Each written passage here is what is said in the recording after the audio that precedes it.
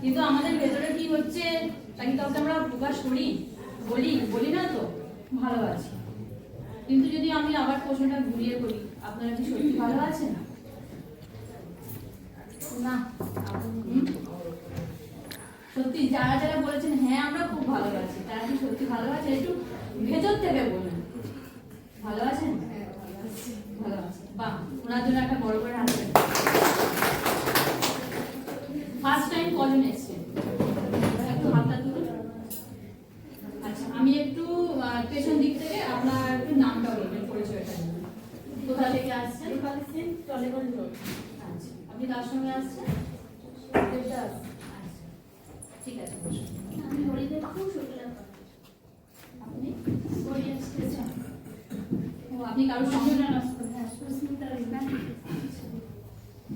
আর এই লাইনে আপনাকে তো তাহলে মর্নিং ম্যারাথনে দেখে। পূজা সরকার দক্ষিণ দিনাজপুর থেকে এসেছি। আপনি শুক্লা সিংহ দক্ষিণ দিনাজপুর থেকে। নতুন? হ্যাঁ। ম্যাডামকেও জানি, চিনি, একেও জানি। আপনি নতুন? আপনি কোথা থেকে এসেছেন?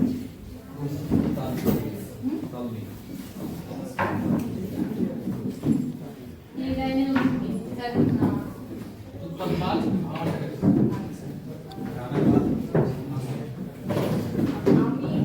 আমি 31 তারিখে এসেছিলাম, এই তারপরে হ্যাঁ, আপনাকে জিজ্ঞাসা লাস্ট, ওই জন্য আমি জিজ্ঞাসা করলাম। 31 তারিখে এসেছিলাম, সেই থেকে ক্লাস হয়। আচ্ছা, আমি তারপরে আপনি সম্ভবত কোনো একটা কোম্পানিতে কিছু খাবার একদম আমি হাওড়া থেকে এসেছি। আচ্ছা, নতুনদের জন্য পুরানোটা একটু সবাই জোরে ক্ল্যাপিং করুন। আজকে আপনারা সবাই কি জন্য এখানে এসেছেন? কে কি বলে নিয়ে এসেছেন? নতুনদের একটু বলুন কেন এসেছেন এখানে? আপনার চেকআপের জন্য। স্যার, আপনি? তোমাকে আমার এই দাদা এনেছে, পারিবারিক কি সমস্যা আছে, মানে বাবা মায়ের সমস্যা, পারিবারিক সমস্যা মানে বাবা মায়ের অসুস্থতা আছে। আচ্ছা, হেলথ ইস্যু। দাদা বলে যে এইসব প্রোডাক্ট ব্যবহার করলে তোমার পরিবারেরও ভালো হবে এবং তুমি যদি পারো তো কোম্পানির সঙ্গে জয়েন করতে পারো, তোমার এলাকার মানুষগুলোরও মানে তুমি সুবিধা হবে। সেই জন্য আমার মনে ইচ্ছা জাগলো যে না, আমি যদি নিজের পরিবারকেও সুস্থ রাখতে পারি এবং পারিবারিক যারা আছে বা পার্শ্ব যারা আছে ওদেরকেও সুবিধা দিতে পারি, এই ইচ্ছা এখানে। আপনি? আমি এর সঙ্গে এসেছি। আচ্ছা, আপনি স্যার? আমি শুনলাম ওই ফেসবুক থেকে দেখা হয়েছিল, কি শুনলেন? কি কোম্পানিতে জয়েনিং করে প্রোডাক্ট ভালো, আপনার ওষুধ সব কিছু পাওয়া যায়, তখন তো হেলথের জন্য ঠিকঠাক, ওই জন্য আমি ঠিকঠাক না, খুব ভালো। খুব ভালো প্রোডাক্ট তাদের কিন্তু নাম শুনেছি, তো মেন চিনি, আমি দিদিকে চিনি, হ্যাঁ আমাদের সব ওই জন্য। আচ্ছা, আপনাদের যদি আমি জিজ্ঞাসা করি আজকের ডেটে যে ক্রাইসিস, যার জন্য আমরা সবাই খুব ভুগছি, আপনাদের, আমি এই পুরাতনদেরকে বলছি না, আমি নতুনদেরকে জিজ্ঞাসা করছি কি জিনিস, কোন জিনিসটার জন্য আমরা কিন্তু খুব সাফার করছি আজকের ডেটে? Tension, tension, tension. অতিরিক্ত টেনশন। আপনি নতুনরা একটুখানি আমার সঙ্গে ইন্টারেক্ট করুন, ভালো লাগবে। কোন ক্রাইসিসের জন্য আজকে ডেটে আমরা সবাই খুব চিন্তিত? কি ক্রাইসিসটা কি আপনাদের কি মনে হয়? একটু বললে ভালো হবে। খাওয়া দাওয়া আমাদের সব যেসব জিনিসগুলো আমরা খাওয়া দাওয়া করছি এগুলোর মধ্যে নানা রকম সমস্যা হচ্ছে, যাতে আমাদের শরীরের অপুষ্টি দেখা দিচ্ছে, বাড়ির বাচ্চাদের আমাদের। মানে আপনি বলতে চাইছেন হেলথ? আচ্ছা, স্যার বললেন হেলথ, আর নতুনরা কি ওনার সঙ্গে একমত যে হেলথ নিয়ে আমরা খুব সিরিয়াস, খুব ক্রাইসিসের মধ্যে আছি, ভুগছি? সত্যি কি তাই? সত্যি তাই? ঠিক আছে।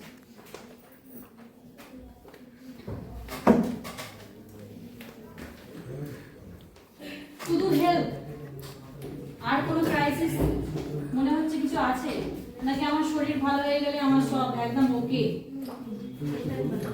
মানি, ইনকাম, সত্যি কি তাই? ইনকাম দরকার দরকার তো, মানে শরীর সুস্থ আছে ঠিক আছে, ইনকামটা পয়সাটা যদি না টাকাটা হাতে আসে তাহলে কিন্তু প্রবলেম, তাই তো?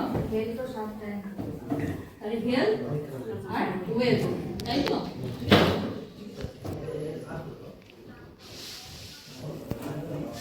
আচ্ছা, আমি আজকে আপনাদের সঙ্গে একটা গল্প, এর আগে লাস্ট কবে গল্প শুনেছেন বলুন তো আপনারা? কবে গল্প শুনেছেন? আমি তোমাকে তুমি বলেছি, তুমি বলো লাস্ট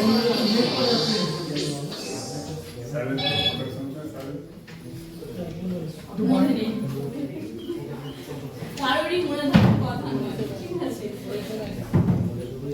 আমি একটা গল্পটা এরকমই, আপনারা যে বললেন না হেলথ আর ওয়েলথ আজকের ডেটে যে ক্রাইসিস, একটা কলেজে প্রফেসর পড়াচ্ছেন, উনি একটা কাঁচের জার নিয়ে এসেছেন, খালি জার, সেখানে কিছু পাথর, বড় পাথর, স্টুডেন্টদের বললেন এই বড় পাথরগুলো আমি এই জারে ভর্তি করে দিচ্ছি, ভর্তি করে দিলাম, দিয়ে দেখাচ্ছে এটা কি ভর্তি হয়ে গিয়েছে, তো সবাই বলছে হ্যাঁ ভর্তি হয়ে গিয়েছে।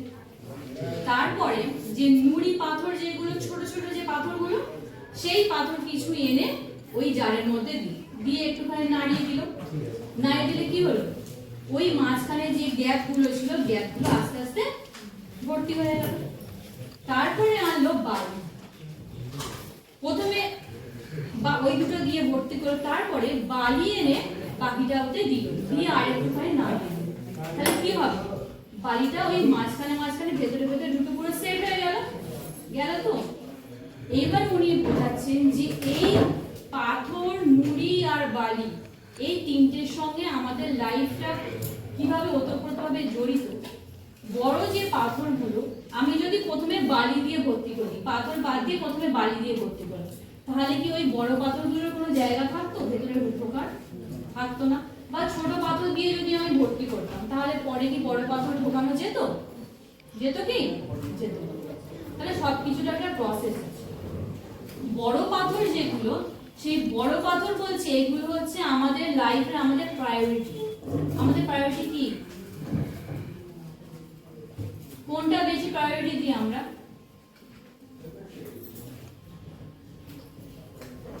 কোনটার উপরে বেশি গুরুত্ব দিই আমরা লাইফে?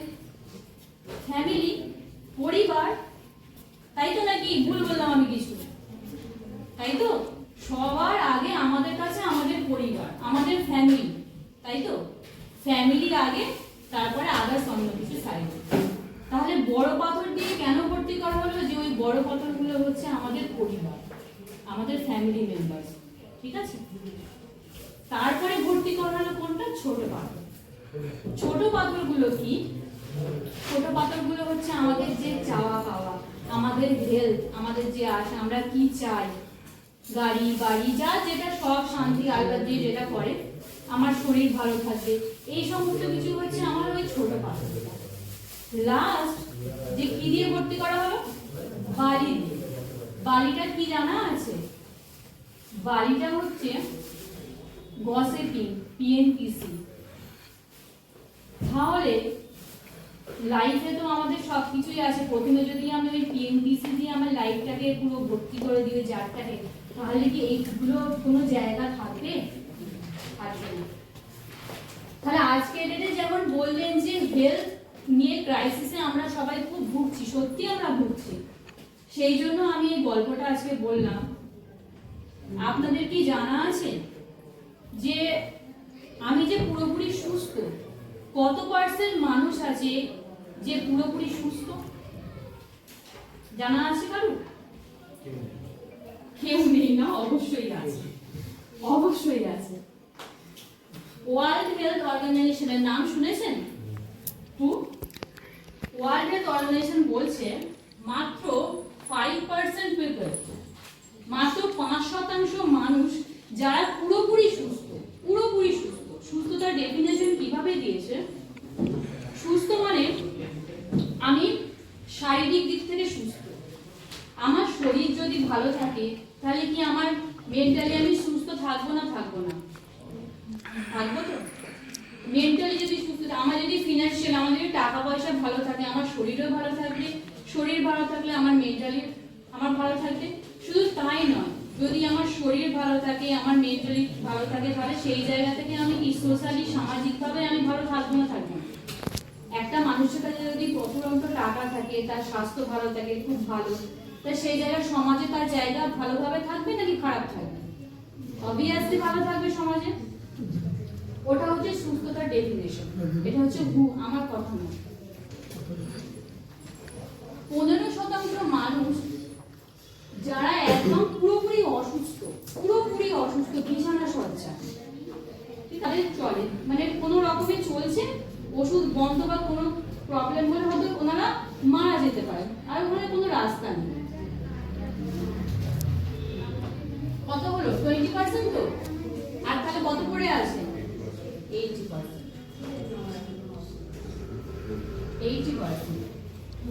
80% মানুষ কারা জানেন? 80% মানুষ হচ্ছে আমি, আপনারা, এরকম, যারা কিন্তু এখনো পুরোপুরি সুস্থও নই, পুরোপুরি অসুস্থও নই।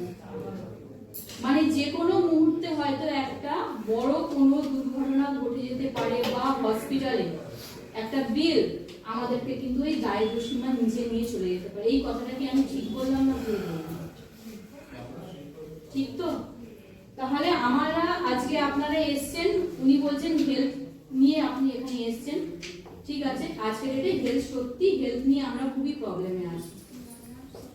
আজ থেকে যদি 30, 40, 50 বছর পিছিয়ে যাই, আমি পিছিয়ে যদি যাই, তখন কি এত এরকম হেলথ ইস্যু ছিল?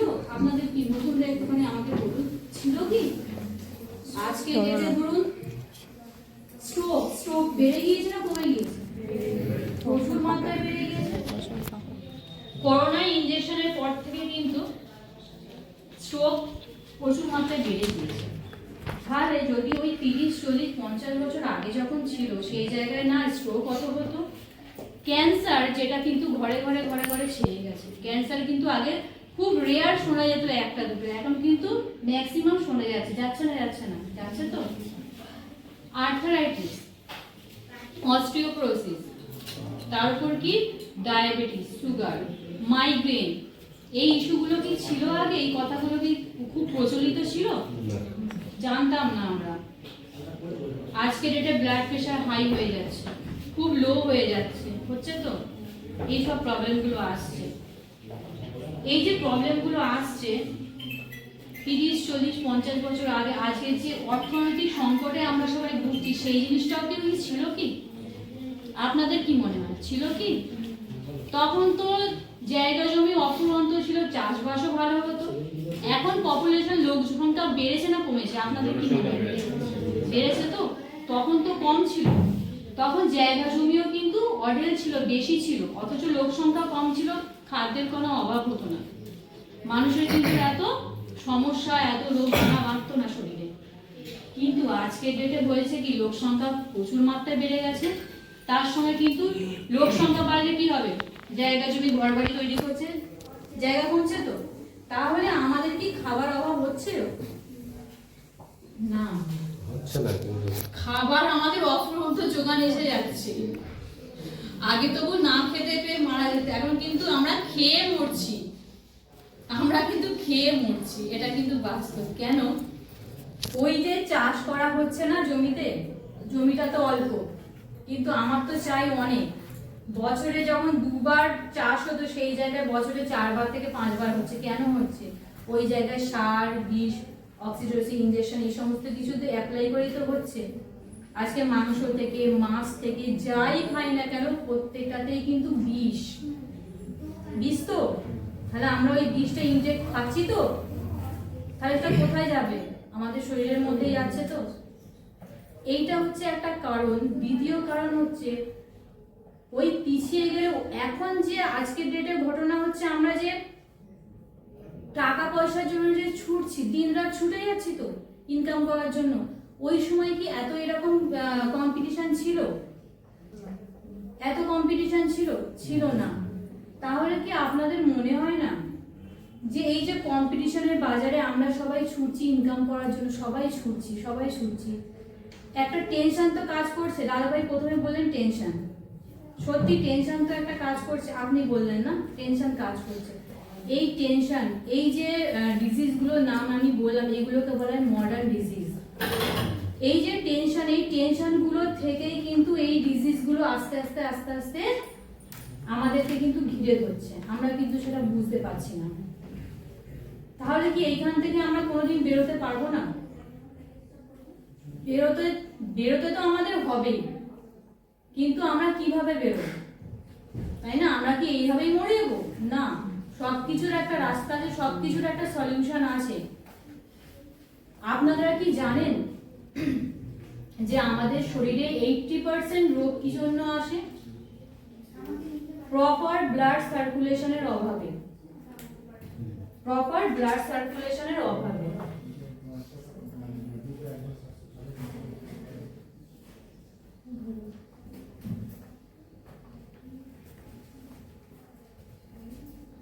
প্রপার, আমার হাতের লেখাটা একটু খারাপ, একটুখানি বুঝে নেবেন, ঠিক আছে? আমার লেখা দেখতে হবে না, আমার কথাটা শুনলেই হবে। প্রপার ব্লাড সার্কুলেশনের অভাবে আমাদের শরীরে কত পার্সেন্ট রোগ আসে বলেছি? 80%। আচ্ছা, ব্লাড সার্কুলেশন কি করে হয় একটু নতুনটা বলবেন? ব্লাড সার্কুলেশন কিভাবে হয়? আমাদের শরীরে যে ব্লাড সার্কুলেশনটা কিভাবে হয়, এটা কিন্তু রিপোর্ট। 80% রোগ আমাদের হয় প্রপার ব্লাড সার্কুলেশনের অভাবে। কিন্তু আমাদের ব্লাড সার্কুলেশন করতে হবে, সেটা কি করলে আসবে? খাওয়া দাওয়া মেনটেন করতে ভালো, তারপরে না, খাওয়া দাওয়া তো ঠিক আছে, ব্লাড সার্কুলেশন মানে আমাদের শরীরের মধ্যে শিরা উপশিরার মধ্যে রক্তটা যে সার্কুলেশন হবে সেটা কিভাবে হয়? জিম করে ব্যায়াম করতে হবে, ব্যায়াম করতে হবে, জিম করতে হবে, আর যে কোনো পরিশ্রম কাজ করলেও হয়, এটা কাজ করলেও হয়, পরিশ্রম কাজ করলেও হয়। তারপর উনি একাই বলবেন, আপনারা শুনবেন শুধু? আমি কিন্তু কোনো টিচার নই, আমি আপনাদের সঙ্গে আমি গল্প করছি, আপনারাও বলুন না, ভালো লাগছে আমার। তাহলে কি করে হয়? হার্ট ঠিকঠাক কাজ করলে, মানে হার্ট ঠিকঠাক তো কাজ করবে, কিন্তু হার্টটাকে তো কাজ করাতে হবে। কিভাবে, কি করলে? আমাদের ব্যায়াম করতে হয়, সকালবেলা মর্নিং ওয়াক করতে হয়, হয়তো আমরা করি? কজন করেন? একটুখানি বড় করে হাত তুলুন তো। মর্নিং ওয়াক করতে যাও, বাহ, ওর জন্য একটা হাত দেয়। আর বাকিরা করা হয় মর্নিং ওয়াক? সময় নেই। মর্নিং ওয়াক করার সময় নেই, মর্নিং ওয়াক করার সময় নেই, ঠিক আছে। কিন্তু আমি মর্নিং ওয়াক করতে গেলে রাস্তায় দেখবো গাড়ি যাচ্ছে, হর্ন দিচ্ছে, ধুলো, বিশুদ্ধ বাতাস, বিশুদ্ধ অক্সিজেন কি আমি পাচ্ছি? অবশ্যই পাচ্ছি? অবশ্যই পাচ্ছি? আপনি হ্যাঁ বলেন। অক্সিজেনটা তো আমরা পাবো না। অক্সিজেন তো পাচ্ছি, নাহলে বাঁচবো কি করে? কিন্তু বিশুদ্ধ অক্সিজেন কিন্তু আজকের ডেটে আমরা পাই না, তাই তো? রাস্তা দিয়ে আজকে বলছে ব্লাড সার্কুলেশন প্রপার কিভাবে কখন হয় ভালোভাবে? যে আমরা ঘাসের ডগা দিয়ে যেমন খালি পায়ে হেঁটে যাই, পায়ের তলায় যে নার্ভ এন্ডিং পয়েন্ট ভগবান দিয়ে রেখেছেন, আমাদের হাতের তলায় আর পায়ের তলায় নার্ভ এন্ডিং পয়েন্ট আছে। খালি পায়ে যখন আমরা ঘাসের ডগায় হেঁটে যাই, তখন কি হয়? ঘাসের ডগাগুলো পায়ের তলায় পেনিট্রেট হয়, তখন হয় আমাদের ব্লাড সার্কুলেশন হয়, আমাদের ঘাম হয়, আমাদের অর্গানগুলো অ্যাক্টিভ থাকে। কিন্তু ঘাস আছে আজকের ডেটে কোথাও? নেই, ঠিক আছে? তার জন্য আমাদের পারছি না আমরা করতে। দ্বিতীয়ত আজকের ডেটে যেটা হচ্ছে, আর্থ্রাইটিসের সমস্যা হয়ে গেছে, হাঁটু কোমরের ব্যথা হচ্ছে তো। তাহলে হাঁটু কোমরের সমস্যা যার আছে, সে যদি হাঁটতে যায়, পায়ে ব্যথা হবে না? হবে না? সেই মানুষটার আবার ডায়াবেটিস আছে, সুগার আছে, ডাক্তার বলছে তোমাকে রোজ হাঁটতে হবে, তোমার একটাই ওষুধ, তোমাকে সকালবেলা 2 ঘন্টা হাঁটতে হবে। বলে না, বলে না এই কথাটা? ডাক্তার বলে তো 2 ঘন্টা হাঁটতে হবে, ওটাই তোমার ওষুধ, যতদিন বাঁচবে হাঁটতে হবে। এদিকে আমার পায়ে ব্যথা, হাঁটু ফুলে আছে, আমি ডাক্তারের কাছে গেলাম, হাড়ের ডাক্তারের কাছে, ডাক্তার বললো তোমার হাঁটা একদমই যাবে না, তোমার পায়ের যা কন্ডিশন, তোমার হার্ট হয়ে গিয়েছে, তোমায় ক্যালসিয়াম খেতে হবে, তোমায় হাঁটা যাবে না, হাঁটলে কিন্তু আরো ক্ষতি। কি করবেন? সব দিকে প্রবলেম সব দিকে, তাহলে কি করবেন? আমি আমি হাঁটা বন্ধ করে দিলে আমার সুগার লেভেল চট করে বেড়ে যাবে। এদিকে যদি হাঁটা শুরু করি সুগার নয় ঠিক আছে, কিন্তু আমার পা, তাই তো? এটা ঠিক বাস্তব না? বাস্তব না? হচ্ছে তো এই জিনিসটা। হ্যাঁ। তাহলে আমি কি করছি, ব্লাড সার্কুলেশনের জন্য করতে গিয়ে আমার অন্য প্রবলেম এসে যাচ্ছে। আপনাদের কি জানা আছে অ্যালোপ্যাথি ট্রিটমেন্টে আমরা যদি পেশেন্ট হয়ে যে কোনো ডাক্তারের কাছে যাই, ধরুন সাপোজ আমার সুগার আছে, আমি কার কাছে যাচ্ছি? ডক্টরের কাছে যাচ্ছি। ডক্টর আমাকে কি বলবে? আপনার সুগার হয়েছে, আপনাকে রেগুলার হাঁটতে হবে, আর কি হবে, কিছু মেডিসিন ইনটেক করতে, যতদিন বাঁচবেন খাবার দাবার সমস্ত কিছু বন্ধ দেবেন, ওষুধটাকে খাবার হিসাবে খাবেন, বলে তো? মৃত্যুর আগের দিন পর্যন্ত ওষুধ খেতে হবে। ওষুধ খেয়ে খেয়ে একটা সময় কি কি হয়, ইনসুলিন দিতে হয়, ইনজেকশন করতে হয়, তো ইনসুলিন বাইরে থেকে দিতে হয় তো। আচ্ছা, অনেক পেশেন্ট আছে 10 বছর 12 বছর সুগারের জন্য ডাক্তার দেখাচ্ছে, আমার আবার বড় মুখ করে বলে আমার ডাক্তারেরা না ওরকম 500 টাকা 1000 টাকা বেশি, আমি 10 বছর যাচ্ছি, তুমিও যাও, খুব ভালো ডাক্তার, বলে তো? রেকমেন্ড করি তো আমরা, কাউকে জিজ্ঞাসা করে জানো তো আমার না সুগার ধরা পড়েছে, কি টেনশন, কি হবে? হ্যাঁ আমারও তো আছে, এক কাজ করো, আমি ওই ডাক্তারের কাছে 10 বছর যাচ্ছি, চলো তুমিও যাবে। আরে বাবা, 10 বছর গিয়ে যদি আমার সুগার লেভেলটা ঠিক মেনটেন থাকে, নর্মাল হয়ে যায়, তাহলে আমি 10 বছর কেন যাচ্ছি? এটা কিন্তু বুঝতে হবে। আমরা কিন্তু রেকমেন্ড করে দিই, কেন আমাদের কাছে কোনো অপশন নেই, কোনো রাস্তা নেই, যাচ্ছে। ওই ব্যক্তিও চলে গেলেন, বলেছে না 10 বছর যাচ্ছে মানে খুব ভালো ডাক্তার। সুগার অ্যাকচুয়ালি কেন হয়? কারণ কি নতুনদের কারোর জানা আছে? সুগার তো আমাদের বডিতে সবার আছে, থাকে তো। সুগার কখন হয়? যখন সুগার লেভেলটা একটু বেড়ে যায় এক্সট্রা, তখন আমাদের যে প্যানক্রিয়াস কি করছে, ওই এক্সট্রা সুগারটাকে কি করে বার্ন করে আমাদের এনার্জিতে কনভার্ট করে, আমাদের বডিতে এনার্জি আসে। কিন্তু ঘটনা হচ্ছে আমাদের ওই যে অ্যালোপ্যাথি ট্রিটমেন্টে কি হচ্ছে, যখনই বলছে সুগার ধরা পড়েছে, তখন বাইরে থেকে ডাক্তার কি করছে, আমাদেরকে মেডিসিন দিচ্ছে। মেডিসিন মানে ইনসুলিন জাতীয় মেডিসিন দিচ্ছে। সেই মেডিসিন একটা সময় গিয়ে সেটা কি হচ্ছে, ইনজেকশন ফর্মে চলে যাচ্ছে। করছে কি, ওই মেডিসিনটা দিয়ে আমাদের ওই সুগারটাকে কি করছে, এক্সট্রা সুগারটাকে বার্ন করার চেষ্টা করছে। কিন্তু ঘটনা হচ্ছে আমার সুগার বার্ন কোথা থেকে হচ্ছে? প্যানক্রিয়াস। যে প্যানক্রিয়াসকে যদি আমি অ্যাক্টিভ করতে পারি, তাহলে কিন্তু আমার ওই যে এক্সট্রা সুগার লেভেলটা বেড়ে যাচ্ছে সেটাকে বার্ন করে এনার্জিতে কনভার্ট করবে। সেটা কি ডাক্তার করছে? ডাক্তার কি করছে, বাইরে থেকে ইনসুলিন দিয়ে ওই সুগার লেভেলটাকে নরমালে রাখার চেষ্টা করছে। দীর্ঘদিন এই মেডিসিনে থাকতে থাকতে আমাদের কি হচ্ছে, আমাদের রক্তটা মোটা হয়ে, রক্তের ঘনত্ব বেড়ে যাচ্ছে, যায় না? তখন কি হয়, হার্টে রক্ত যদি মোটা হয়ে যায়, ঘন হয়ে যায়, হার্টে লোড পড়ে তো। সুগার কিন্তু অ্যাকচুয়ালি কোনো রোগ নয়, সুগার আর 5 জনকে ডেকে আনে, ওটাকে বলে সাইলেন্ট কিলার বলে।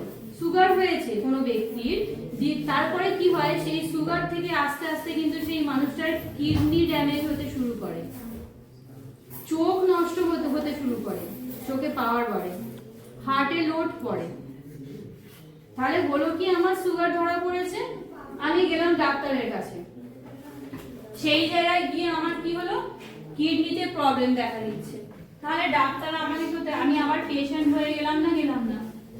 আমার তো পেশেন্ট হয়ে গেলাম, গিয়ে আবার একটা ডাক্তারের কাছে গেলাম, সেইখানে যে প্রবলেমটা হচ্ছে, সেইখান থেকে বলছে আমার হাঁপিয়ে যাচ্ছে, আমার এনার্জি কমে যাচ্ছে, আমার হার্ট পাম্প করতে পারছে না ভালো করে, বলছে আপনি আবার কোনো হার্টের ডাক্তারের কাছে। আমরাও চলে যাচ্ছি না। বছরে যখন প্রথম বছর আমার একটা মেডিসিন চলে, 6 মাস পর বা 1 বছর পর কি ওই একটা মেডিসিনে হয়? আপনাদের কি মনে হয় মেডিসিন বাড়ে নাকি ওইটাই থাকে? বাড়ে তো। কেননা অ্যালোপ্যাথি মেডিসিনের 50% সাইড এফেক্ট থাকে। তাহলে আমার শরীরে যখন আমি এগুলোকে ইনটেক করছি, আমি খাচ্ছি, অবভিয়াসলি আমার তো সাইড এফেক্ট হবেই। তাহলে আমি গেলাম কি হার্টের ডাক্তারের কাছে, ওখানে গেলাম কার্ডিও ডাক্তারের কাছে, আমি পেশেন্ট হয়ে গেলাম। এই যে চক্রটা চলছে, এই চক্রটা কি কোনোভাবে কোনোদিনও বন্ধ হবে? একটার পর একটা তো হতেই থাকবে। তারপরে কোলেস্টেরল বাড়বে, বাড়ে না বেড়ে যায় তো। তার মানে আমাদের কি ওই চক্রটা চলছে। ঘটনা কি করাচ্ছিল? আমার প্যানক্রিয়াসকে আমাকে অ্যাক্টিভ করাচ্ছিল। প্যানক্রিয়াসকে যদি আমি অ্যাক্টিভ করতে পারতাম তাহলে ওই যে এক্সট্রা ইনসুলিন সিক্রেশন যেটা হচ্ছে, তাহলে ও কি করতো? ওইটা প্যানক্রিয়াস ওই এক্সট্রা ইনসুলিনকে বার্ন করে এনার্জিতে কনভার্ট করতে। কিন্তু বাইরে থেকে যখন খাবার দেওয়া হচ্ছে এক্সট্রা করে, প্যানক্রিয়াস ইনঅ্যাক্টিভ হয়ে গেছে। তোমার টাকার দরকার, ঠিক আছে? তোমাকে রেগুলার তোমার বাবা 2000 টাকা করে দিচ্ছে, ঠিক আছে? তুমি কি কোনোদিনও চেষ্টা করবে যে আমাকে লাইফে কিছু করতে হবে? কেউ কি করতে পারবে? চাইবে? আমি তো পেয়ে যাচ্ছি। ওই ঘটনা হচ্ছে ওই রকম। প্যানক্রিয়াস তো বাইরে থেকে পেয়ে যাচ্ছে, তাহলে ও কি ইনঅ্যাক্টিভ হয়ে আছে? ওর যে কাজটা ও কি করে করবে? ঠিক আছে, বোঝাতে পারলাম আপনাদেরকে? এই চক্রটা হচ্ছে অ্যালোপ্যাথি চক্র। আমরা যদি একবার ঢুকে যাই এই চক্রের ভেতরে, আমরা কিন্তু বেরোতে পারবো না। আমি যে বললাম প্রপার ব্লাড সার্কুলেশন একমাত্র পসিবল আমাদের এই পিএনসে, এই যে কোম্পানির নাম পিএনস, এমন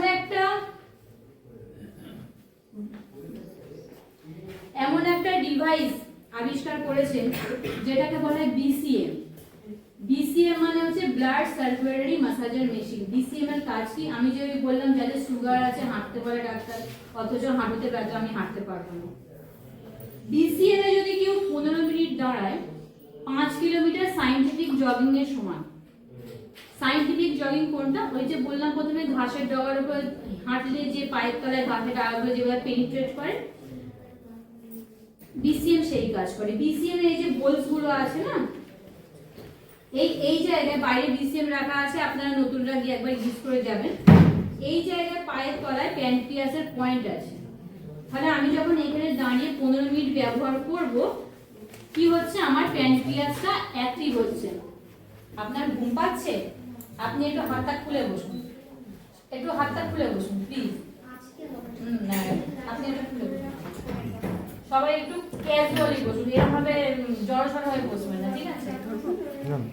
কিছু যে জিনিসগুলো এখানে শুনবেন না, কেউ হয়তো আপনাদের এই কথাগুলো বলবে না, এই জন্য একটু ভালো করে শুনুন কথাগুলো। তাহলে এই যে জিনিসটা এখানে যদি আমি দাঁড়িয়ে 15 মিনিট ইউজ করি, তাহলে আমার কি হচ্ছে? সুগার, প্যানক্রিয়াস অ্যাক্টিভ হচ্ছে। প্যানক্রিয়াস যখনই অ্যাক্টিভ হতে শুরু করবে, আমার সুগার লেভেলটা নরমালে আসতে শুরু করবে। তাহলে আমার হাঁটু যে সমস্যা, সেই হাঁটু সমস্যা আসবে না। কেন আসবে না? বিসিএম এর কাজ হচ্ছে দুটো জিনিসের উপর পেটেন্ট নেওয়া আছে, যেটা কেউ নকল করতে পারবে না। কিসের উপর? আমাদের শরীরের শিরা উপশিরার মধ্যে রক্ত, আমি যে ওই যে বললাম না ব্লাড সার্কুলেশন, শিরা উপশিরার মধ্যে না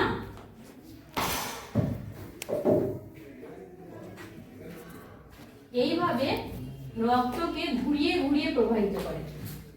বিসিএম শিরা উপশিরার মধ্যে রক্তকে এইভাবে ঘুরিয়ে ঘুরিয়ে প্রবাহিত করে।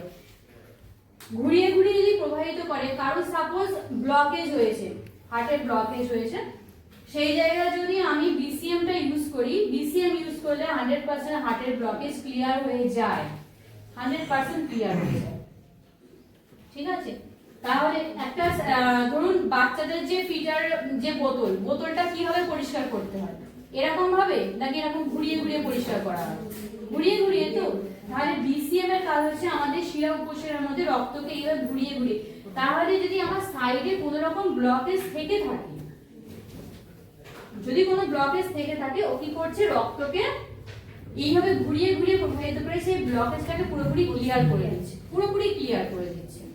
বিসিএম এর ওই একটা পেটেন্ট নেওয়া হচ্ছে, আরেকটা পেটেন্ট নেওয়া হচ্ছে বিসিএম এর হাড়ের ঘনত্বটা বাড়ায়, বোন ডেনসিটিকে বাড়ায়। মানে বয়স হয়ে গেলে আমাদের কি হাড় ভঙ্গুর হয়ে যায় তো, ক্যালসিয়ামের অভাবে হয়তো। বিসিএম করে কি? হাড়ের ঘনত্বটাকে বাড়িয়ে দেয়। হাড়ের ঘনত্ব যখন বেড়ে যাবে, তাহলে আমি যখন ক্যালসিয়াম খাবো, তাহলে ক্যালসিয়ামটা প্রপারলি আমার হাড়ে অ্যাবজর্ব হবে, ঠিক আছে? এটা হচ্ছে বিসিএম।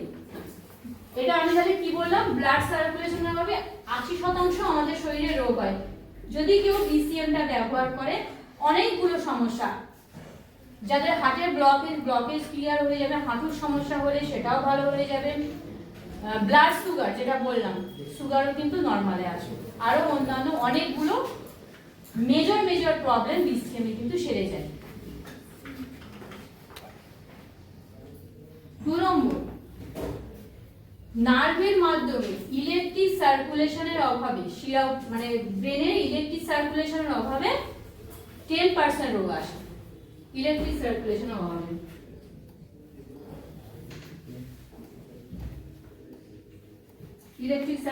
অভাবে কত পার্সেন্ট বললাম? 10%। অ্যালোপ্যাথি ট্রিটমেন্টে কি কখনো এরকম কোনো জিনিস আপনারা দেখেছেন যে ব্রেনের মধ্যে ইলেকট্রিক সার্কুলেশন করাবে, বা কারোর ধরুন ব্রেনের স্ট্রোক হয়ে যাওয়া মানে কি ব্রেনের ক্লটিং হয়, তো সেই ক্লটিং এর কি কোনো রকম ওষুধ অ্যালোপ্যাথি ট্রিটমেন্ট অন্য কোনো ট্রিটমেন্টে আছে যে ওষুধ খেয়ে আমার ব্লকেজ পুরোপুরি 100% ক্লিয়ার হয়ে গেছে, অপারেশন করতে লাগেনি? আজ পর্যন্ত শুনেছেন কোথাও অপারেশন করতে লাগেনি, ওষুধ খেয়ে ক্লিয়ার হয়ে গিয়েছে? শোনেননি তো? হয় না তো অপারেশন করতে। কিন্তু ভুল করে হোক আর ঠিক করে হোক, আপনারা আজকে যে এখানে এসেছেন, আমি এখানে 100% বলতে পারি ব্রেনের মধ্যে যদি কোনো রকম ব্লকেজ থেকে থাকে, হয়ে যায়, স্ট্রোক হয়ে যাওয়া মানে ব্রেনের ব্লকেজ, এই সাইডে যদি ব্রেনের কোনো হয়ে থাকে তোমার ডান সাইডটা পড়ে যায়, আর এই রাইট সাইডে যদি হয় আমার লেফট সাইড পড়ে যায়, opposite side. Head care apparatus, multi functional head care apparatus, কিছু করতে হবে না, রেগুলার দিনে 2 আর 3 বার মাথায় এইভাবে কম্বিং করুন, বলা যেমন ভাবে চিরুনি দিয়ে চুলটা আঁচড়াতে হয়, এইভাবে এরকম করে চোখটা বন্ধ করে এইভাবে এক সাইড থেকে আরেক সাইডে এইভাবে শুধু বুলিয়ে যান, ব্লকেজ ক্লিয়ার হয়ে যায়, অপারেশন করতে লাগে না, লাখ লাখ টাকা আপনার বেঁচে যাবে। খুব কি আশ্চর্য লাগলো কথাটা? ভালো লাগলো না? বুকে যন্ত্রণা হচ্ছে, পেন হচ্ছে, কিছু করতে হবে না, শুধু বুকে ধরে থাকুন, অন্তত হসপিটালে যাওয়া পর্যন্ত আপনি ঠিক থাকবেন। হচ্ছে কারোর যদি মনে হয় যে আমার টিউমারকে পর্যন্ত ভ্যানিশ করে দিতে পারে এই হেড কেয়ার অ্যাপারেটাস। এর নাম হচ্ছে মাল্টি ফাংশন, আরো বিভিন্ন অনেক কাজ আছে। অ্যাকচুয়ালি এটা প্রথমে তৈরি হয়েছে, হেড কেয়ার নামটা দেওয়া হয়েছে কেন, ব্লাড প্রেশারকে নরমালে রাখে। কিভাবে নরমাল রাখে? আজকের এটা হাই প্রেশার বেড়েছে না কমেছে? বেড়েছে। তো যেমন হাই প্রেশার বেড়েছে তেমন কিন্তু লো প্রেশারও কিন্তু আছে, কিন্তু লো ব্লাড প্রেশার যাদের আছে তাদের কি কোনো ট্রিটমেন্ট আছে? ডাক্তার কি বলে? ভালো মন্দ খেতে বলে তো। তাহলে সেই জায়গায় ভালো মন্দ খেতে যখন বলছে, ওষুধ কিন্তু নেই। যারা ভালো মন্দ খেতে পারবে না তাহলে কি তাদের প্রেশার সারা জীবন ওই রকমই থাকবে, লোই থাকবে? তার তো কোনো কিছু সলিউশন একটা আছে। হেড কেয়ার ইউজ করুন, মানে এরকম ভাবে আমরা টেস্টিমনি দিই, আপনার প্রেশার মাপার মেশিন হাতে নিয়ে প্রেশারটা চেক করুন, করার পর 15 মিনিট মাথায় কম্বিং করে প্রেশারটা চেক করুন। যদি ব্লাড প্রেশারটা হাই থাকে সেটা কমে নর্মাল হয়, আর যার লো প্রেশার সেটা বেড়ে নর্মাল হয়, আর যাদের নর্মাল প্রেশার তাদের কিন্তু নর্মালি থাকে।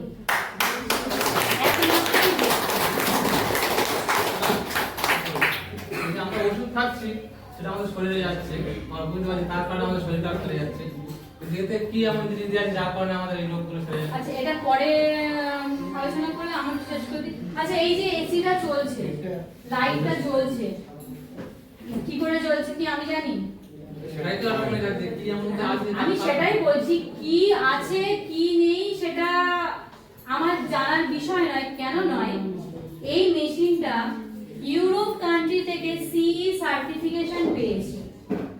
সিই সার্টিফিকেট মানে আমাদের ইন্ডিয়ায় যে জিনিসগুলো তৈরি হয় না সেগুলো কিন্তু ইউরোপ কান্ট্রিতে, ইউরোপ রিজিয়নে কিন্তু অ্যাকসেপ্টেবল নয়, গ্রহণযোগ্য নয়। এটা হচ্ছে সেই ডিভাইস যেটা ইউরোপের বেস্ট সেলিং প্রোডাক্ট, সবথেকে বেশি সেল হয়, ঠিক আছে? কেননা ইউরোপের কান্ট্রিতে বেস্ট সেলিং প্রোডাক্ট হচ্ছে এটা। সি সার্টিফিকেশন কেন বলছি, 5000টা পেশেন্টের উপরে অ্যাপ্লাই করে সেম রেজাল্ট যখন পাওয়া যায় তার উপর সি সার্টিফিকেট পাওয়া যায়। তাহলে আমি কি দেখবো এর ভেতরে কি আছে সেটা নিয়ে জলগোলা করব? 5000 মানে 5 কোটি মানুষের উপরে অ্যাপ্লাই করা হয়েছে, সবাই রেজাল্ট পেয়েছে, প্রত্যেকটা ডিস্ট্রিবিউটর খুব হ্যাপি। তাহলে আমি ওটা নিয়ে যাচাই না করে আমার যেটা মনে হয়, যদি আমি কথা শুনে ভুল করেও একটুখানি কি বলবো রিস্ক নিয়ে জিনিসটা ব্যবহার করে যদি সুস্থ হয়ে যাই, সেটা আমার মনে হয় বেটার হয়, হয়তো? আমরা রিস্ক নিয়ে অনেক কিছু করে ফেলি, বিয়ে তো সব থেকে বড় রিস্ক, ঠিক না ভুল? করে ফেলি তো। বিয়ের আগে কি ভাবি যে বিয়ে তো করলাম আমি খুব হ্যাপি থাকবো, অনেকে তো ভাবি, কিন্তু বিয়ের পর কি সবার লাইফ হ্যাপি হয়? রিস্ক তো একটা বড় মতো নিয়ে ফেলেছি। আচ্ছা, হয় কি আমরা কিন্তু ওই বড় রিস্কটা নেওয়ার সময় একবারও ভাবি না আমার আজ থেকে 10 বছর পর 20 বছর পর আমি কেমন থাকবো, অথচ রিস্ক আমাকে নিতেই হবে, নিয়ে ফেলি। সব থেকে বড় রিস্ক। এটা আমি পরে বলছি, এটা আপনি যার সঙ্গে এসেছেন একটুখানি কথা বলে নেবেন, ঠিক আছে? তো হেড কেয়ার হচ্ছে, হেড কেয়ারে যদি আপনি হাঁপিয়ে গেছেন? আচ্ছা সবাই একটু জোরে হাততালি দিয়ে দিত। হাততালিটা কেন দিতে বললাম?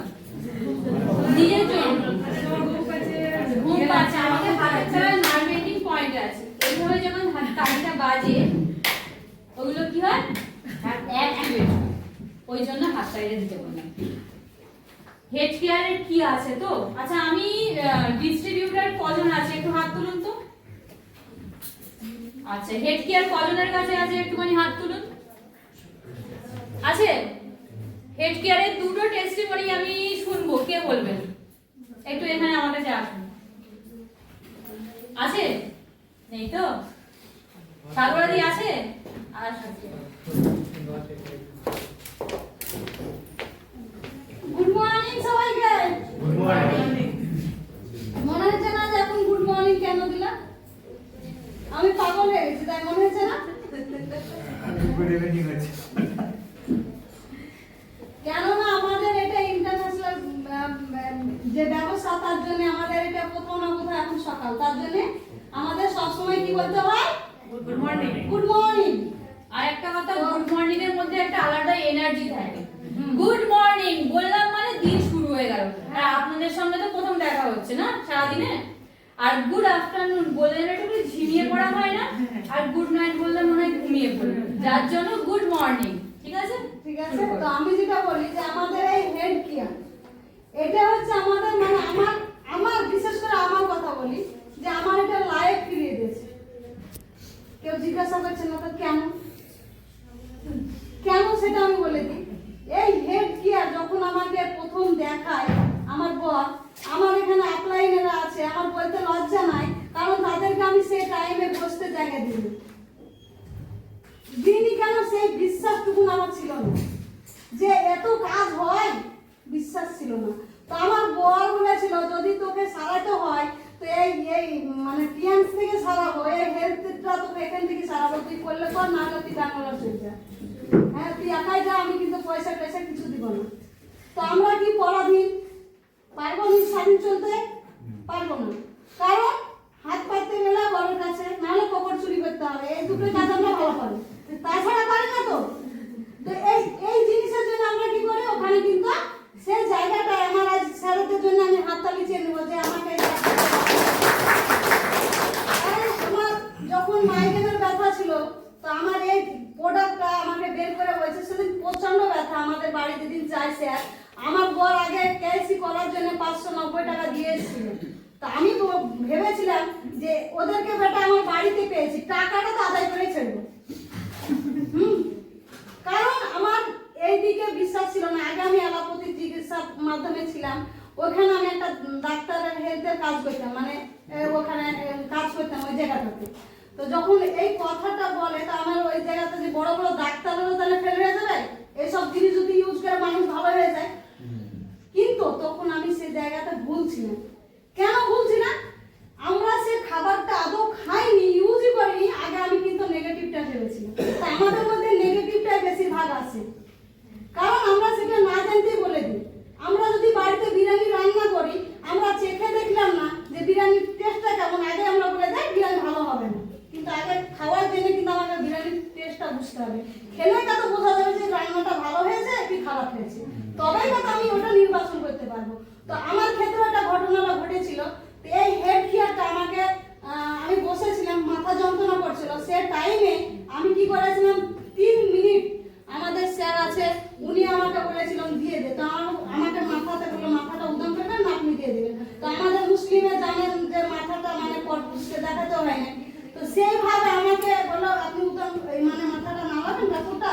তো আমি বললাম আমার তো এমআরআই 8 বার হয়ে গেছে, তাহলে তো এমআরআই যারা করে সেই জানে কি পরিস্থিতিতে, তাহলে সামান্য আমার অসুখের জন্য মাথা দ্রুত দেখবে তো খুব যা আছে ওপরওয়ালা দেখে নেবে।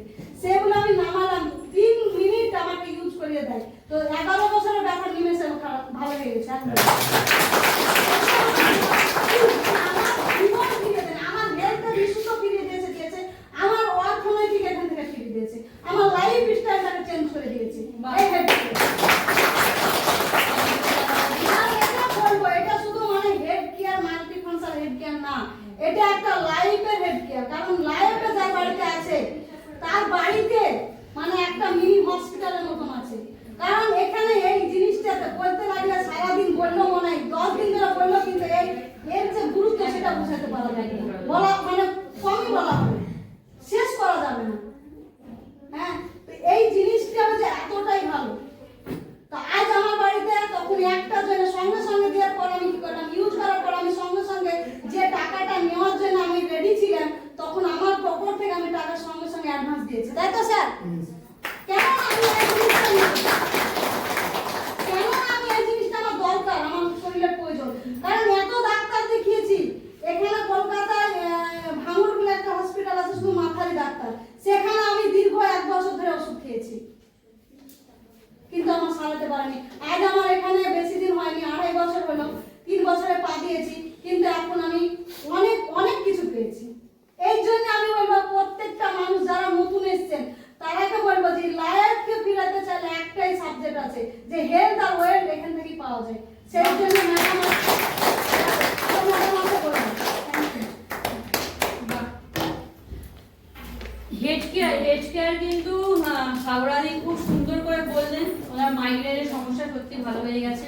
শুধু তাই নয়, স্ট্রোক পেশেন্টকেও কিন্তু আমরা ফিরিয়ে আনতে পারি এই হেড কেয়ারের মাধ্যমে। স্ট্রোক হয়ে গিয়েছে ওরকম পেশেন্টকে আমার হাজবেন্ড ট্রেনে যেতে যেতে হেড কেয়ারটা ইউজ করে স্ট্রোক পেশেন্টকে কিন্তু ফিরিয়ে এনেছে। ট্রেনে যেতে যেতে মুখটা বেঁকে গিয়েছিল হঠাৎ করে, সেই জায়গা থেকে কি করলো, হেড কেয়ারটা মাথায় ইউজ করার 15 মিনিট পর তার সেন্স ফিরলো, মুখটা আবার সোজা হয়ে গেল, গিয়ে বলছে আমার কি হয়েছে। তো ঘটনা হচ্ছে নামার ছিল সোনারপুরে, নেমে পড়েছে, ও তো টালিগঞ্জে নেমে হেড কেয়ারটা তাকে দিয়ে দিয়েছে যে আপনি নেমে ওখানে কাছাকাছি কোনো ডাক্তারের কাছে গিয়ে প্রেশারটা আগে চেক করবেন, কারণ স্ট্রোক সাধারণত প্রেশার বেড়ে গেলেই হয়। ঠিক আছে, ফোন নাম্বার এক্সচেঞ্জ করেছেন। আমি তো আমাকে শোনাতে আমি তো খুব রাগাটাই, তুমি হেড কেয়ারটা দিয়ে এলে, যদি না দেয় আমার টেনশন করছিল না। সে ফোন করেছে, ফোন করে বলছে আমি ডাক্তার দেখিয়েছি, ডাক্তার প্রেশারটা মেপে বলছে প্রেশার তো নর্মাল আছে, কিছুই তো হয়নি, নিয়ে এসছেন পেশেন্টকে কিন্তু টেনে তুলে আনে এই হেড কেয়ার। তাহলে আমি কি ভাববো, ভেবে সময় নষ্ট করবো যে এর ভেতরে কি আছে, নাকি আমি আমার ভেতরে যে হেলথ ইস্যু আছে সেটাকে সারানোর চেষ্টা করবো, তাই না? বোঝাতে পারলাম? প্রচুর টেস্টিমনি আছে, আমি যদি ধরতে থাকি এখনই ডিস্ট্রিবিউটারদের শেষ করতে পারবো না। কেন হেড কেয়ারের টেস্টিমনি যখন আমাদের মর্নিং ম্যারাথনে শুরু হয় 3 দিন 4 দিন লেগে যায়, সবাই বলতে থাকে, এর মানে কত কাজ বলে শেষ করা যাবে না, টাইম শর্ট, ওই জন্য আমি বললাম না। আর একটা হচ্ছে আমাদের যে ডিভাইসের মধ্যে এই জিনিসটা করছে, যেটা হচ্ছে অ্যাকুলাইফ। অ্যাকুলাইফের কাজ কি? আচ্ছা আপনারা কি জানেন শরীরে কোনো রকম প্রবলেম হলে তবেই না যায় ডাক্তারের কাছে, ডাক্তারের কাছে যখন যাই, ডাক্তারে গিয়ে কি করে, প্রথমেই কি আপনাকে সব ওষুধ লিখে দিয়ে দেয় যে আপনার এই হয়েছে, আপনি ভালো হয়ে যাবেন? বলে কি? বলে না। কি বলে? ডাক্তার কিছু ওষুধ দেয়, ওষুধ দিয়ে বলে এই রিপোর্ট আপনি করে আনবেন, বলে তো? আমার বক্তব্য, ডাক্তার যদি টেস্ট করতে বলবেন কি হয়েছে জানে না, তাহলে ওই যে মেডিসিন গুলো দিলে ওই মেডিসিন গুলো কি দিল? মেডিসিন রিপোর্ট যখন করলো, রিপোর্টে নরমাল ধরা পড়লো, কিন্তু আমি তো কষ্ট পাচ্ছি যার জন্য ডাক্তারের কাছে গেছি, রিপোর্ট কিন্তু নরমাল। ওই জায়গায় ডাক্তার কি করলো, বলছে এই মেডিসিন গুলো আপনি 3 মাস খান, তারপরে আমার কাছে আসবেন, আবার নতুন করে টেস্ট করে নিয়ে আসবেন। এইরকম কথা আমি যেটা বলছি সেটা কি আমি কেউ কি শুনেছেন এরকম কথা? ডাক্তার বলে না? বলে না? বলে তো। আবার আপনি 3 মাস পরে এই ওষুধগুলো খান, করে টেস্ট করে নিয়ে আসবেন। 3 মাস ওষুধ খাওয়ার পর যখন টেস্ট করতে যাওয়া হলো, তখন রিপোর্টে ধরা পড়লে হ্যাঁ আপনার এই হয়েছে। তাহলে আগে কেন হয়নি? ঘটনা হচ্ছে আমাদের অ্যালোপ্যাথি ট্রিটমেন্টে আমাদের যে ডিসঅর্ডার গুলো যখনই ওটা 60% 50% থেকে 60% ক্রস করে যায়, তখন কিন্তু প্যাথোলজিক্যাল টেস্টে ধরা পড়ে। এটা বাস্তব। তখন প্যাথোলজিক্যাল, কিন্তু আমি কষ্ট, প্রবলেম তো 1% থেকেই শুরু হয়, সেটা যখন ধীরে ধীরে গ্রো করছে 30% 40% হচ্ছে, আমি কষ্ট পাচ্ছি, কিন্তু ডাক্তার বুঝতে পারছে না আমার কি হয়েছে, কেননা প্যাথোলজিক্যাল টেস্টে ধরা পড়বে কখন? 60% 70% ক্রস করবে। তাহলে আমার ওই জায়গায় কি কিছু করার নেই। যখন 70% ক্রস করলো, আমার বললো এই জিনিসগুলো হয়েছে, তুমি যদি আজ থেকে, সাপোজ আমি তোমার ডায়াবেটিক পেশেন্টের কথাই বললাম, সুগার হয়েছে, আজ থেকে তুমি সুগারের ওষুধ খাওয়া শুরু করো, কিন্তু তার আগে তো ধরা পড়ার কথা, পড়লো না কেন? ওটা নিয়ম। ওই যে 3 মাস ডাক্তার যে ওষুধটা দিল, ওইটা টেনে রোগটাকে বাড়িয়ে নিয়ে গেল। এটা কিন্তু ভেতরের কথা। আর এক একটা মেডিসিনের জন্য 50% সাইড এফেক্ট আগেই আছে, আমি কিন্তু বলেছি। অ্যাকুলাইফ হচ্ছে সেই ডিভাইস যেটা হচ্ছে আমেরিকার গভর্নমেন্ট হসপিটালে অফিসিয়ালি সাপ্লায়ার। এই ডিভাইসটা আপনার শরীরের কোথায় কোন রোগ আছে, ডিসঅর্ডার তো 1% থেকেই হয়, ও কিন্তু ধরে দেয়। 10 to 20% ডিসঅর্ডার যদি আপনার শরীরে কোথাও গ্রো করে, দানা বাঁধে, আপনি এখনো কষ্ট পাননি, হয়তো বিগত আজ থেকে 3 বছর 4 বছর পর বা 1 বছর পর কষ্ট পাবেন, এ ধরে দেয়। এতে ডিটেক্ট মোড আছে, হাতের তলায় আমাদের নার্ভ এন্ডিং পয়েন্ট আছে। এই নার্ভ এন্ডিং আপনারা যার সঙ্গে এসেছেন অ্যাকুলাইফ দিয়ে নিজের ডিটেক্টটা করে নেবেন। প্যাথোলজিক্যাল টেস্টে যে 1000 50,000 60,000 টাকা শুধু টেস্ট করতে করতে খরচ হয়ে যায়, যায় না হয়তো প্রচুর খরচ হয়ে যায়। কারণ টেস্ট নতুন ডাক্তারের কাছে নতুন করে টেস্ট করো, আগের ডাক্তার কি টেস্ট, হয়তো 1 মাস আগে আমি রিপোর্ট করেছি, ও চলবে না, তুমি নতুন রিপোর্ট করো, বলে তো। আমাকে 1 টাকা খরচা করতে হবে না, এই মেশিনটা ওই কাজ করে দেবে। মেশিনটা রোগ ধরে দেবে, শুধু রোগ ধরে দেবে না, যে যে রোগগুলো ও ধরতে পারে, ও সেই সেই রোগগুলো কিন্তু রুট থেকে কিওর করতে পারে, একদম গোড়া থেকে। এটা হচ্ছে মেডিকেল সায়েন্সের সবথেকে বড় যে পুরস্কার, অ্যালবার্ট আইনস্টাইন অ্যাওয়ার্ড পেয়েছে। এইটার জন্য একটা বড় করে হাততালি। মজার বিষয় হচ্ছে নতুন ডিস্ট্রিবিউটার যারা আজকে যারা এখানে এসেছেন, খুব লাকিলি এই ডিভাইসটা কিন্তু আপনারা গিফটে পেতে পারেন। কজন পেতে চাইছেন এই ডিভাইস, এরকম একটা ডিভাইস গিফটে? যদি আপনাকে কেউ ফ্রিতে দেয়, জানেন না জেনে যাবেন, কোনো অসুবিধা নেই। আরে আপনি তো যার সঙ্গে, আপনাকে তো কেউ না কেউ ইনভাইট করেছে, যে ইনভাইট করেছে সেই ব্যক্তি আপনাকে দেখিয়ে দেবেন, কোনো প্রবলেম নেই। এটা নিজেরা ইউজ করারই জিনিস। নেওয়া তো অবশ্যই যেতে পারে, কেননা আমি যদি ডাক্তারের কাছে না যেতে হয়, আমাকে হাজার হাজার লাখ লাখ টাকা যদি না খরচা করতে হয়, ঘরে বসে যদি আমি, আমার ফ্যামিলি 10টা মেম্বার থেকে 10টা মেম্বার যদি এই ডিভাইস শুধু আমার জন্য কাজে লাগবে না, আমার ফ্যামিলি যদি 10টা মেম্বার থেকে 10টা মেম্বারের কিন্তু সমান কাজে লাগবে, তাহলে কেন আমি এটা রাখবো না?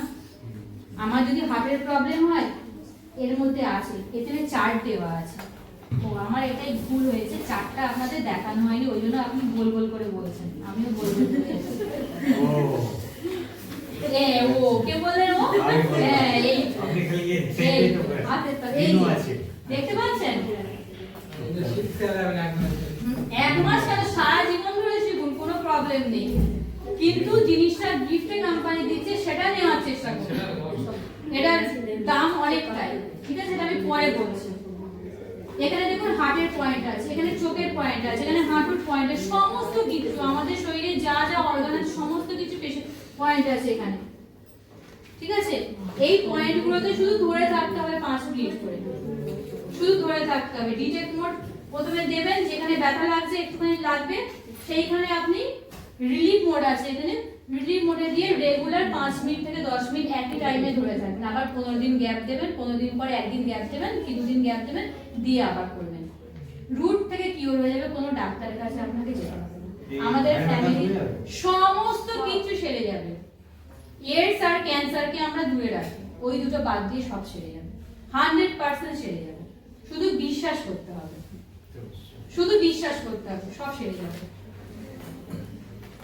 তাহলে এই ডিভাইস যদি গিফটে কোম্পানি দেয় তাহলে কি নেওয়া যেতে পারে না? সব সেরে যাবে।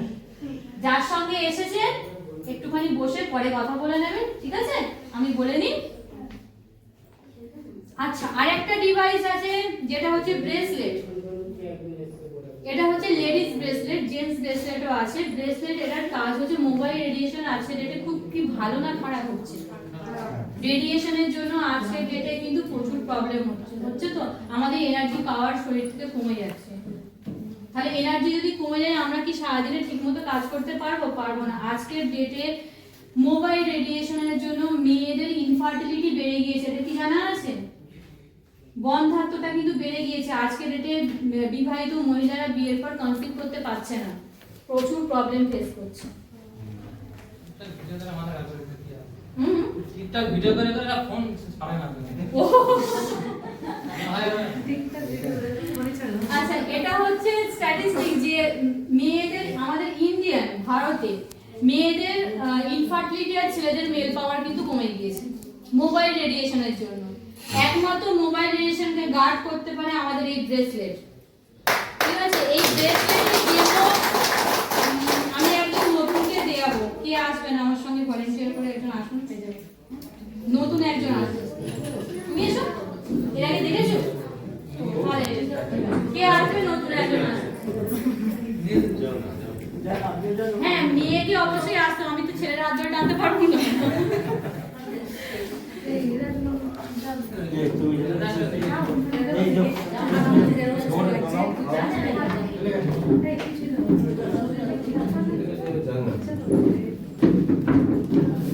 নিয়ে আসছেন? আচ্ছা, ঠিক আছে, দুজনের উপরেই হবে। আপনার নাম? পূজা সরকারের জন্য একটা বড় করে হাত তালি।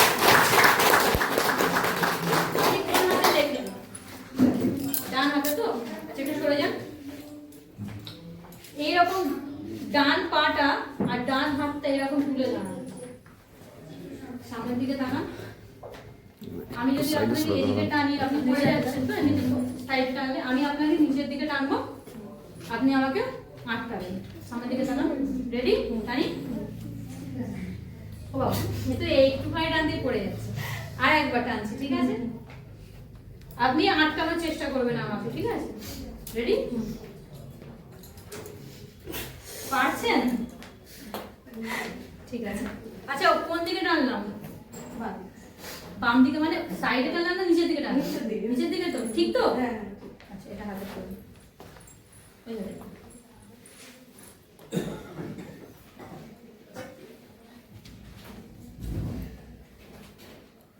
আচ্ছা, পুরানো ডিস্ট্রিবিউটরদের মধ্যে কে বলতে পারবে ব্রেসলেটের মধ্যে কি আছে? 3টে ধাতু আছে, কি কি? টাইটানিয়াম, জার্মেনিয়াম আর ম্যাগনেট। টাইটানিয়াম, জার্মেনিয়াম আর ম্যাগনেট। ব্রেসলেটটা কি করে? শরীরের আমাদের বডির মধ্যে নেগেটিভ আর পজিটিভ আয়ন দিয়ে তৈরি হয় বডি। যেমন ইলেকট্রিক আলো জ্বালার সময় নেগেটিভ পজিটিভ হলে তবে তো লাইটটা জ্বলে। তো আমাদের বডির মধ্যে ওই যে এনার্জিটা ল্যাক করে, কখন মোবাইল রেডিয়েশনের জন্য কমে যায়, এনার্জি লস হয়, তখন সেই সময় কি হয়, ও নেগেটিভ আয়নকে থ্রো করে। যে আজকে ডেটে ক্যান্সারটা বেড়েছে না কমেছে? বেড়ে গেছে তো। মোবাইল রেডিয়েশনের জন্য ফ্রি র্যাডিক্যালস আমাদের শরীরের মধ্যে কিন্তু ঢুকছে অনবরত, আমরা বুঝতে পারছি না। ফ্রি র্যাডিক্যাল শরীরের মধ্যে যখনই ঢুকছে ওরা কিন্তু পেয়ার খোঁজে, যখনই পেয়ার ম্যাচ হয়ে যায় ও সেই অর্গানটাকে কিন্তু ড্যামেজ করতে শুরু করে, যার জন্য আজ ছেলেটা ক্যান্সার কিন্তু প্রচুর মাত্রায় বেড়ে গিয়েছে, যার একমাত্র কারণ হচ্ছে মোবাইল রেডিয়েশন। আজকের ডেটে মোবাইল রেডিয়েশনের জন্য কিন্তু পাখিটাও দেখা যায় না, দেখবেন ছোট ছোট যে পাখি আর দেখা যায়, গাছের ডাবও কিন্তু সেইভাবে হয় না, হয় না তো, প্রচুর সমস্যা হয়। মোবাইল দেখে দেখে বাচ্চারা কথা বলা ভুলে গেছে। আজ 3-4 বছরের বাচ্চারা দেখতে পাচ্ছি কথা বলছে, মানে আদো আদো কথা, পুরো সেন্টেন্স পুরো করে বলতে পারছে না। খুব খারাপ সিচুয়েশন। মোবাইল রেডিয়েশন আমাদেরকে পুরোপুরি শেষ করে দিচ্ছে, আমরা বুঝতে পারছি না। ওই যে দাদা বলে সারাদিন টিকটক করে, সত্যি তাই, টিকটক করতে ব্যস্ত, কিন্তু কোথায় আমরা চলে যাচ্ছি, তলিয়ে যাচ্ছি, আমরা কিন্তু জানি না বিষয়টা। ওই জন্য প্রথমেই বললাম, স্যার বললেন যে আজকে যে বিষয়টা জানতে পারবেন এর আগে কিন্তু কেউ আপনাদের সঙ্গে শেয়ার করেনি, হয়তো আপনাদের লাইফ চেঞ্জ হয়ে যেতে পারে। ঠিক আছে, আচ্ছা 20 সেকেন্ডের মধ্যে ও কিন্তু বডিতে এনার্জিটা থ্রো করে দেয়। 20 সেকেন্ড হয়ে গিয়েছে, আপনি আমার হাতটা ওরকম করুন, হাতটা মুঠো করুন যাতে আমাকে আটকাতে পারেন। সামনের দিকে তাকান, আমি আবার আপনাকে নিচের দিকে টানবো, আটকাবেন। ঠিক আছে,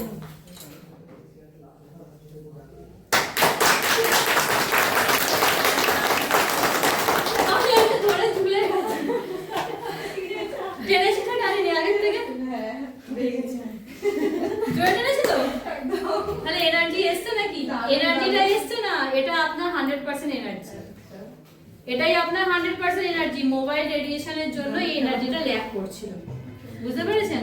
থ্যাংক ইউ, ওনার জন্য একটা বড় করে